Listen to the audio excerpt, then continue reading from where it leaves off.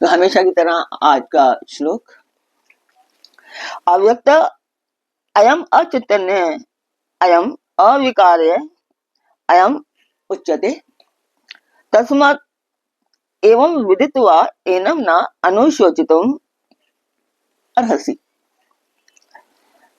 तो इसका मैं हिंदी का अनुवाद अभी बता देती हूँ कि यह आत्मा अव्यक्त है, यह आत्मा अचैतन्य है और यह आत्मा अविकार रहित कहा जाता है। इससे हे अर्जुन, ये इस आत्मा को उपयुक्त प्रकार से जानकर तू शोक करने के योग्य नहीं है, अर्थात तुझे शोक करना उचित नहीं है। तो लाइक कीजिए, सब्सक्राइब कीजिए और शेयर अवश्य कीजिए। काफी मेहनत करने के बाद मैं ये आपके लिए वीडियो बनाती हूँ श्रीमद् भागवत से। तो आगे श्री कृष्ण भगवान कहते हैं कि आत्मा किसी भी इंद्रिय के द्वारा जाना नहीं जा सकता, इसलिए उसे अव्यक्त कहते हैं, और वह मन का भी विषय नहीं है, इसलिए उसे अचिंत्य कहा गया है। आत्मा को अविकार्य कहकर अव्यक्त प्रकृति से उसकी विलक्षणता का प्रतिपादन किया गया है। अभिप्राय यह है कि समस्त इंद्रियां और अंतःकरण प्रकृति के कार्य हैं, वे अपनी कारण रूपा प्रकृति को विषय नहीं कर सकते, इसलिए प्रकृति भी अव्यक्त और अचिंतन्य है, किंतु वह निर्विकार नहीं है।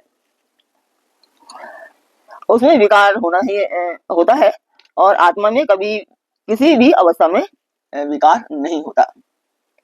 अतः प्रकृति से आत्मा अत्यंत विलक्षण है, यानी कि अलग है। तो आत्मा को उपयुक्त प्रकार से नित्य, सर्वगत, अचल, सनातन, अव्यक्त, अचिंतन्य और निर्विकार जान लेने के बाद उसके लिए शोक करना नहीं बनता। तो यहाँ पे मैं बता दूं कि पहले पिछले पाठों में मैंने बताया है आपको, यानी कि श्री कृष्ण जी बता रहे हैं कि जो क्योंकि बहुत परेशान है अर्जुन कि उनके द्वारा उनके सारे रिश्तेदार मारे जाएंगे, उनके अपने भाई मारे जाएंगे, उनके अपने चचेरे भाई मारे जाएंगे। तो चचेरे मतलब तहेरे हैं, ताऊ के बेटे हैं। तो बड़े थे दुर्योधन के पिता, तो वो मारे जाएंगे, तो इसलिए वो बहुत परेशान थे और उनका वो पाप लेना नहीं चाहते थे, अपने से लेना नहीं चाहते थे, इसलिए वो परेशान थे। तो श्री कृष्ण कह रहे हैं कि उनके लिए शोक करना उपयुक्त नहीं है। तो भगवान ने आत्मा को अजन्मा और अविनाशी बतलाकर उसके लिए शोक करना अनुचित सिद्ध किया है। यही है आज का पाठ। तो आज का पाठ मैं समझ सकती हूँ कि आपको अच्छा लगा होगा।